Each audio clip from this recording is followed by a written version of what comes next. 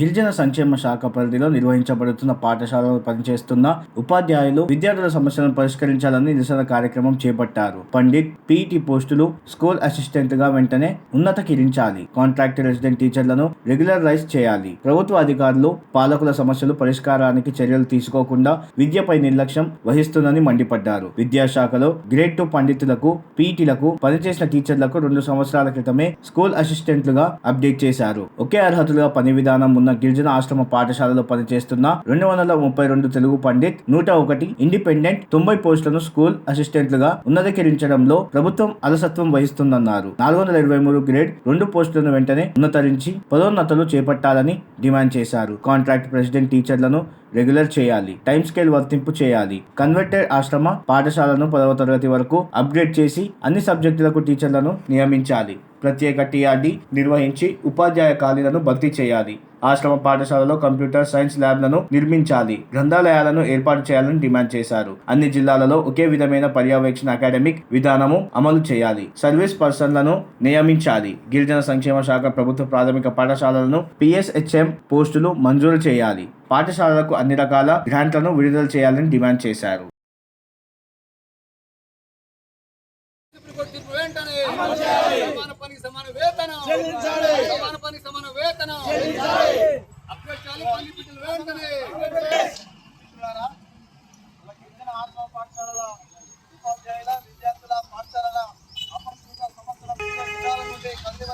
ప్రజల యొక్క పిల్లలకు నాణ్యమైన విద్య అందించాలనేటువంటి లక్ష్యంతో ప్రభుత్వాలు ఈ పాఠశాలను నెలకొల్పినాయి.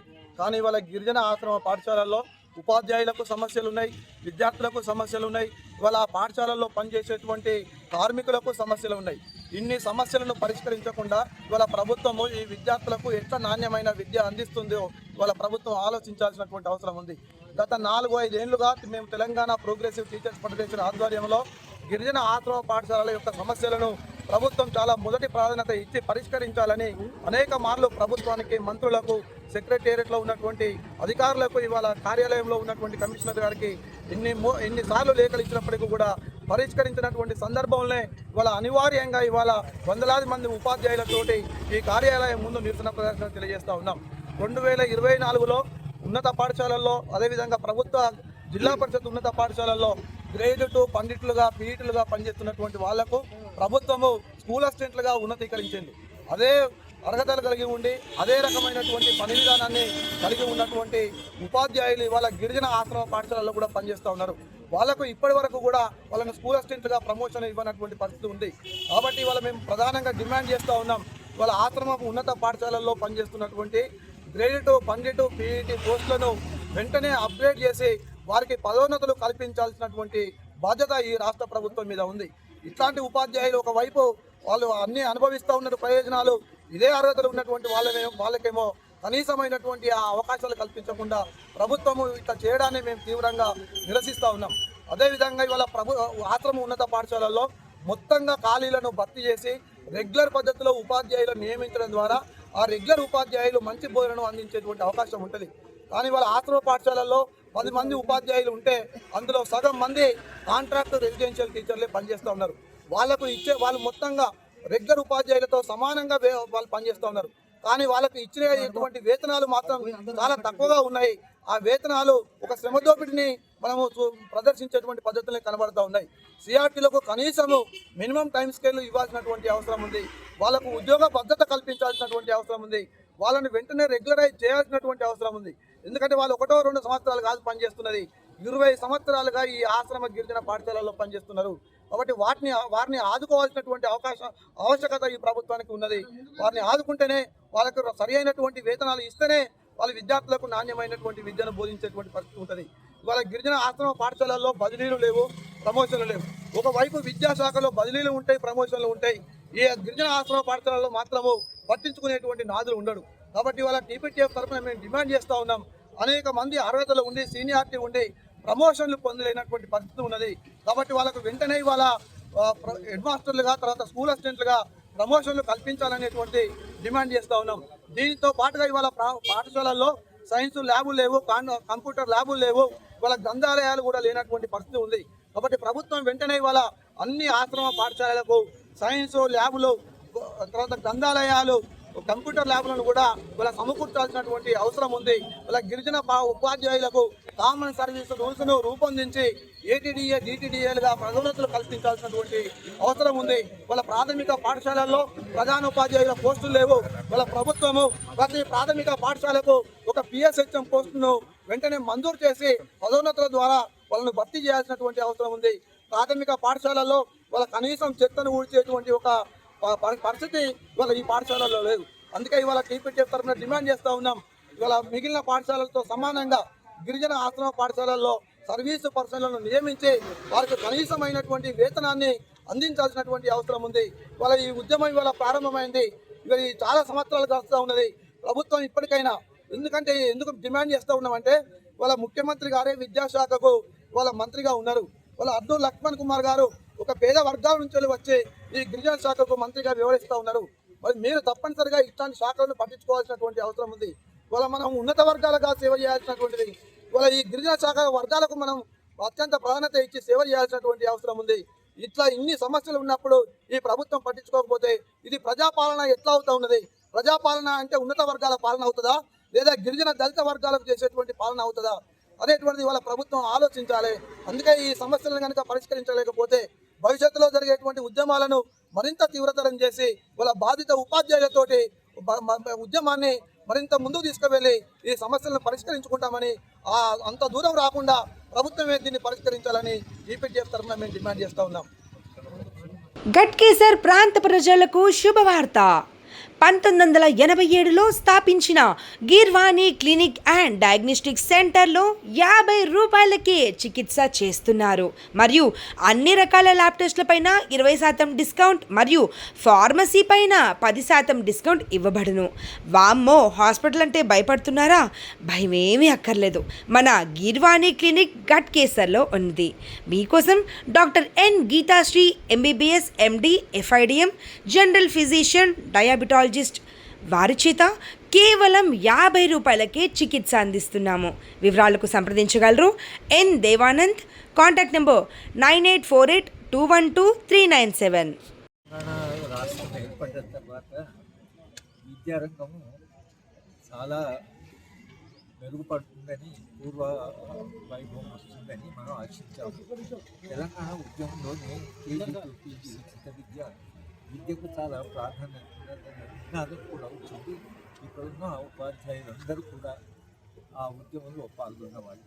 అందరి ఆకాంక్ష కూడా తెలంగాణ వచ్చిన తర్వాత ముఖ్యంగా ట్రైబల్ ఏరియాస్ గిరిజన ప్రాంతంలో విద్య చాలా నిర్లక్ష్యానికి గురైంది. ఇప్పటికీ అసలు గిరిజనులు వాళ్ళ విద్య తర్వాత నా అనుభవంలోనే కొన్ని పోస్టులు అడిగితే ఇచ్చేసి ఇప్పటికీ గిరిజన అభ్యర్థులు దొరకలేదు.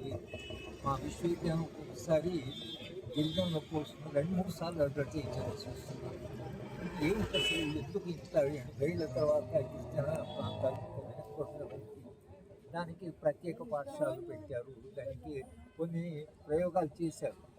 కానీ ఆ ప్రయోగాలన్నీ విఫలం కావడానికి ముఖ్యంగా అక్కడ కావలసిన అవసరాలు కానీ, ఉపాధ్యాయుల నియామకాలు కానీ, వాళ్ళకు కావలసినటువంటి సదుపాయాలు కానీ కల్పించకుండా గిరిజన విద్య అని అనడము, దానికి ఆశ్రమ పాఠశాలలు పెట్టామని అది కానీ వాళ్ళ ఆ పాఠశాలలో పనిచేసిన ముఖ్యంగా TPTF సంస్థ ఈ మొత్తం సమస్యను తీసుకొని వాళ్ళు ఇక్కడ అంటే కమిషనర్ ఆఫీస్ ముందు డెమాన్స్ట్రేట్ చేయమంటే ఈ సమస్యలు వాళ్ళ దృష్టికి తీసుకురావడం కొరకు ఉపాధ్యాయ పోస్టులను నింపాలని, గిరిజన పాఠశాల ఆశ్రమ పాఠశాలలో ఉండే హాస్టల్స్ను బాగా నడపాలని, తర్వాత ఎన్రోల్మెంట్ పెరగడానికి రకంగా అది పెంచాలని బయటికి చెప్పడానికి గిరిజన విద్య ఆశ్రమ పాఠశాలలు అవి ఏం చెప్పినా కూడా అస్తవ్యస్తంగా ఉన్నటువంటి గిరిజన పాఠశాలను ప్రత్యేకంగా పట్టించుకోవాలని వచ్చే బడ్జెట్లో దానికి ప్రత్యేకంగా నిధులు కేటాయించి ఈ డిమాండ్స్ ఏవైతే అన్నిటి కూడా